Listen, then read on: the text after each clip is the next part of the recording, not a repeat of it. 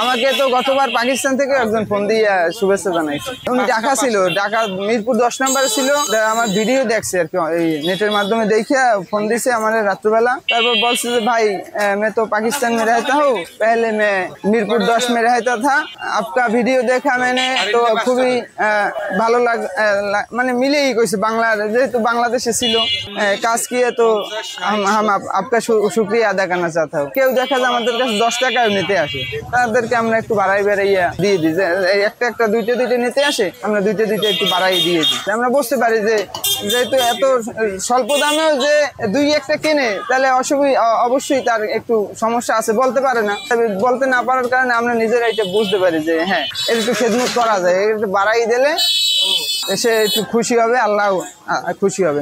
আমরা বেচা বিক্রি আলহামদুলিল্লাহ খুবই ভালো হয় এবং আমরা লাভ সীমিত করার কারণে সেলটা বেশি হয়, এই কারণে আমাদের গায়ে পোষাই যায় আলহামদুলিল্লাহ। 1 টাকা 2 টাকা এটা তো বড় কথা না। রমজান হচ্ছে গিয়ে সিএম সাধনার মাস। রমজানে ইসলামিক কান্ট্রিগুলোতে দাম কমে, আর আমাদের এই কান্ট্রিতে খালি দাম বাড়ে। এই দিক বিবেচনা করে যে শুধু যদি আমরা বাড়াইতেই থাকি, তাহলে সাধারণ জনগণ বা রোজাদার সবার জন্য একটু কষ্টসাধ্য। এই জন্য সব দিক বিবেচনা করে আমরা 1 টাকা 2 টাকা করে মাল বিক্রি করতেছি, যাতে রোজাদারদের জন্য একটু সুবিধা হয়। যাদের টাকা নাই তাদেরকে আমরা যতটুকু আমাদের সামর্থ্য ততটুকু দেওয়ার চেষ্টা করি। না পারলে বলি যে ভাই এখন আমার দ্বারা সম্ভব না, কিন্তু চেষ্টা করি, সর্বোচ্চ চেষ্টা করি। রোজার 1 মাস আমরা যেভাবে রোজাদারদের সেবা করি, এই উচিলে আল্লাহ তাআলা আমাদের বাকি বছরটা চালাই নেই। কোনো জায়গায় পাওয়া যায় না, খালি এই জায়গায় 1 টাকা পাওয়া যায়, 1 টাকা 2 টাকা, 40-80 টাকা দিয়ে আমি আইন ইফতারি নিই, আর 30 দিনে 30 দিনই নিই। খাবারের মান ভালো। এই দোকানের পার্থক্যটা হলো কি, এই যে আমাদের যে বাজার ব্যবস্থা, এতে দেখা যায় যে যারা একটু নিম্ন শ্রেণীর মানুষ থাকে তাদের জন্য কেউ কোনো সুবিধা করে না, কিন্তু ওরা তাদের চিন্তাটা করেই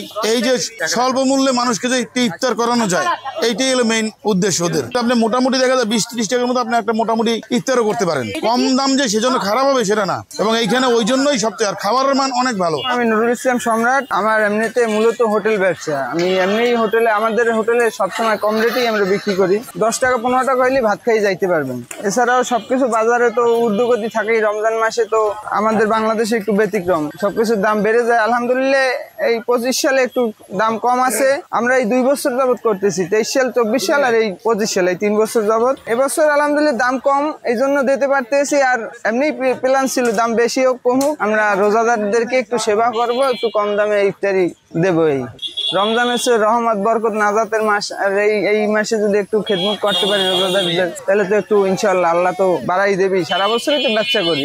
1 টাকায় আছে আলুর চপ, কলার চপ, আর 2 টাকায় আছে বেগুনি, মিষ্টি কুমারের চপ, ডিমের চপ 10 টাকা, মুরগির ছাসলিক 20 টাকা। এটা মুরগির ছাসলিক 20 টাকা করে, আর ওইটা গরুর ছাসলিক, এটা 30 টাকা করে। মূলত এটা আমি কারো কাছে শেয়ারও করি না বা বলিও না। দীর্ঘ 2-3 বছর যাবত করতেছি। তো আমি যেহেতু হোটেল ব্যবসা করি, রমজান মাসে একটু এই সবকিছুর দাম যদি একটু কমাইয়া রোজাদারদেরকে একটু সাশ্রয়ী মূল্য দিতে পারি, এইটাই আমার মূল উদ্দেশ্য। শুধু রমজান মাসেই রোজাদারদেরকে একটু খেদমত করার জন্য 1 টাকা 2 টাকা ইফতারি দেওয়ার চেষ্টা করি। এইটা মুরগির ছাসলিক, এটার ভিতরে মুরগি দেওয়ার 4-5 পদের সবজি দেওয়া, এটা দিয়ে এইটা ভেষণ দিয়ে ভাজা, আর এটার দাম 20 টাকা করে।